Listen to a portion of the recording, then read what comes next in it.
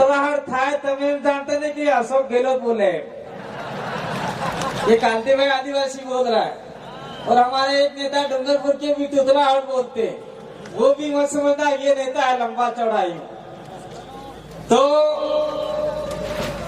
Congress BJP ने क्या सोचा था, पंचायती राज चुनाव के अंदर और थावर चंद के डामर के चुनाव के अंदर ये कांति भाई आदिवासी और ये टीम लौट के नहीं जाएगी, ऐसा गलत। जब तक आपको तोड़ेंगे नहीं तब तक छोड़ेंगे नहीं। तोड़ना किसको पता है? कांग्रेस और बीजेपी को तोड़ना है और जोड़ना किसको है? जो लोग कांग्रेस और बीजेपी में जा रहे हैं, अपने घर को तोड़ रहे हैं, उनको अपने साथ में जोड़ना है। क्या आप लोग जोड़ने का काम करोगे? बहुत बहुत धन्यवाद। एक दूसरी बात और कहना चाहता हूँ, मैं सभी जगह कहता हूँ, दुश्मन लोग काटते किरियारों में कहते थे एक तो जातू रेजू, मेरे भाई के लिए जगदीश के लिए बोलते थे एक तो जातू रेजू ने एक ठहाका करे ऐसा बोलते थे। लेकिन मैं आपकी दुआओं का, आपने भी दुआ की कांति भाई जिंदा रहना चाहिए, बिल प्रदेश के लिए, हमारे लिए, हमारी आवाज के लिए जिंदा रहना चाहिए। तो आपने दुआ की, मैं आपको नमन करना चाहता हूँ। मैं जिंदा हूँ और आपके अंतिम कतरे के लिए लड़ाई लड़ूंगा, चाहे मुझे मौत भी आ जाए, पुलिस की गोलियों से मुझे खून की नींद आ जाए, लेकिन आपकी आवाज बन के हम लोग आगे तक की लड़ाई लड़ेंगे। इसलिए आपको घबराना नहीं है। इसलिए मैं हर कार्यक्रम में कहता हूँ टाइगर अभी जिंदा है, टाइगर अभी जिंदा है। अपने सिद्धरू जीतू है, सिद्धरू ने है, पर फिर भी मैं उनको डराने के लिए कहता हूँ। मैं धन्यवाद देना चाहता हूँ। मैं कहता हूँ कि ये जो कार्यक्रम हुआ, भैया मेरे 7 मिनट है लेकिन 10 मिनट कर देना, ठीक है? ये जो कार्यक्रम हुआ उसके लिए ये बीच बीच में हमारे हेमाराम जी बैठे हुए कि कांति भाई अरे हम कल कैसे आवे, ये टोल नाके वाले पैसे मांगेंगे। मैंने कहा आप जब जब बिल प्रदेश की धरती पे आए हो, वीडियो मैंने जारी किया है, आपसे कोई टोल नहीं लेगा। मैंने वीडियो जारी करके फेंक दिया और मैं कहना चाहता हूँ जिस जिस इलाके से आप लोग निकल के आए हो वहाँ पे 1 भी रुपया नहीं लिया। ये ताकत है हमारी। मेरा बोला कि कोई लेटर नहीं निकलेगा, हमारी आवाज ही हमारा आदेश है, हमारा ऑर्डर है, तो हमारी आवाज को भी आदेश ऑर्डर मान लिया जाता है। साथियों अब आते हैं अपन मेन बात पर। मैं कुछ बातें लेके आया था कि आज तक हम लोग लड़ाई लड़ते हैं किसी बात को लेके, सारे इकट्ठे होते हैं, कलेक्टर जाते हैं, एसडीएम जाते हैं और हमारी बातों को कलेक्टर एसडीएम आगे बेचता ही नहीं है, फाड़ के फेंक देता है और वो मात्र सड़क तक ही रह जाती है। इसलिए हमें भारत आदिवासी पार्टी के मार्फत से,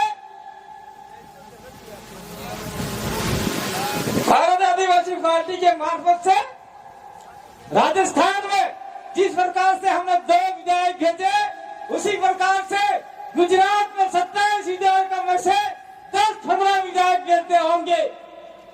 गुजरात में 27 विधायक अपने लिए रिजर्व है आदिवासियों के लिए। 27 विधायक में से 10 तो कम से कम भेजते होंगे। मध्य प्रदेश में ऊपर लोग बैठे हुए 46 विधायक रिजर्व है आदिवासियों के लिए। वो जो गए हैं वो सारे सारे गुलाम है, अपने लिए कोई नहीं बोलता। राजस्थान में 28 विधायक रिजर्व है, जिसमें मात्र 2 विधायक बोले आदिवासियों के लिए, बाकी सब बोले बोले हैं और गुलाम विधायक है। इसलिए हमें भारत आदिवासी पार्टी से अधिकतम विधायक भोपाल में भेजने होंगे, जयपुर में भेजने होंगे आपके और गांधीनगर भेजने होंगे। इसलिए भारत आदिवासी पार्टी को हम लोग लेके आए हैं। दूसरा है जल, जंगल, जमीन और खनिज तमार घेर मोरे काकरा भाटा है भाड़ा तो पहला खुदरी नहीं किया। वो सफेद पत्थरों का मार्बल बनता है, टाइट से बनती है, वो करोड़ रुपए में जाता है। तब मैं जाना काकरा भाटा होना काम, वो सफेद पत्थर बहुत कीमती है। हुआ था, इसलिए सफेद पत्थर को अपन पूजा पद्धति में भी लेते। इसलिए खनिज को भी हमको बचाना है। खनिज नहीं बचाओगे तो बहुत बड़ा नुकसान हो जाएगा। और बिल प्रदेश की लड़ाई न तो कांग्रेस लड़ी है, न बीजेपी लड़ी है, न कोई आने वाली पार्टी लड़ेगी, हम ही लड़ेंगे। और आने वाले समय में 2023 के बाद में 24 में भी हमारा परचम दिल्ली तक लहराएगा। और हम लोग बिल प्रदेश की लड़ाई के लिए कंधे से कंधा मिलाकर भारत आदिवासी पार्टी भी बिल प्रदेश के लिए काम करेगी। तो आप सभी लोग बिल प्रदेश का साथ देंगे। साथ कैसे देंगे? भारत आदिवासी पार्टी को मजबूत करेंगे तो ही आगे बढ़ पाएंगे। राजस्थान की राजनीति में 2023 की लड़ाई में 27 सीटों में से हम लोग उधर मीणा वाली छोड़ दें, क्योंकि कुछ हमारे मीणा भाई भी बैठे हुए, क्योंकि कुछ मीणा लोग हैं मीन भगवान को मानते हैं। मेरा आप लोग नाराज मत होना। मीन भगवान किसका अवतार है? कोई मीणा हमको बताए। मीन भगवान 10वां अवतार माना गया है हिंदू धर्म के अनुसार। तो आप तो धर्म में डूबे हुए हो, आदिवासी को बचाने का काम नहीं कर रहे हो। तो उस इलाके में मुझे नहीं लगता कि धीरे धीरे हम लोग आगे बढ़ेंगे, क्योंकि ऐसे वक्ता हमारे साथ में डॉक्टर जितेंद्र मीणा जैसे और मेहर जैसे लोग हमारे साथ में आए हुए। तो ये लोग वहां पर भी अलग जगाएंगे। और 8 सीटें हैं, उन 8 सीटों में हम लोग 23 के बाद में फिर से लहराएंगे। ये बात हम लोग कहना चाहते हैं। तो अगर मान लीजिए 17 में से हम लोग कुछ सीटें और भी हैं जो प्रभावित होती है, 25 सीटें, 25 में से हम लोग लड़ाते हैं, 15-16 सीट जीत जाते हैं, तो मुख्यमंत्री तो छोड़ दीजिए, लेकिन मुख्यमंत्री कौन बनेगा वो डिसाइड करने का पावर आदिवासियों के हाथ में होगा। ये हाथ में लेना चाहते नहीं चाहते आप लोग? अशोक गहलोत बनेगा। अशोक गहलोत उठ बैठ, ये ताकत आपके पास में होगी। वसुंधरा राजे आ गई तो वसुंधरा राजे उठ जा बैठ जा, उठ जा बैठ जा, या मत आना, ये पावर आपके हाथ में होगी। यही पावर हम आपको देना चाहते हैं। यही पावर अगर आपने ले ली तो निश्चित रूप से आपका विधायक दिल्ली जाएगा। अच्छा, आपका एमएलए दिल्ली है, आपका एमएलए जयपुर जाएगा और एमपी दिल्ली जाएगा। मैं ज्यादा बात नहीं करना चाहता हूँ, क्योंकि सर भी काम नहीं करता। संसद की 47 सीटें, 47-46 सीटें आपने एमपी बनी। एक भी एमपी आदिवासियों के लिए नहीं बोला, एक भी एमपी नहीं बोला। मैं किसी पार्टी के विशेष की बात नहीं करता हूं, लेकिन मैं कहना चाहता हूं हमारे मंच के मार्फत से, एक आदमी है जो आदिवासियों के बारे में बोलता है। वो कौन है? चाहे कैसे भी हो, हम उसका समर्थन नहीं करते, लेकिन हमने उसका वीडियो देखा है। असरुद्दीन ओवैसी वो आदिवासियों के दुश्मन नहीं है। उन्होंने बोला कि भारत का आदिवासी देश का मालिक है। कौन सा आदिवासी वहां जाके बोला? एक मुसलमान सांसद आदिवासियों के लिए बोल रहा है। आदिवासी और मुसलमान की लड़ाई कभी नहीं है, ये धार्मिक लड़ाई जा रही है। इस लड़ाई को हमको समझना होगा। मुस्लिमों के साथ हमारी कतई लड़ाई नहीं है। ये आपका मैं लोकल मुद्दा बता रहा हूँ। हमारे बीच में सलीम भाई बैठे हुए, उनको हमने जिला प्रमुख के लिए दावेदार बनाया था। कांग्रेस और कमल कांग्रेस ने मिलके सलीम भाई को हरा दिया।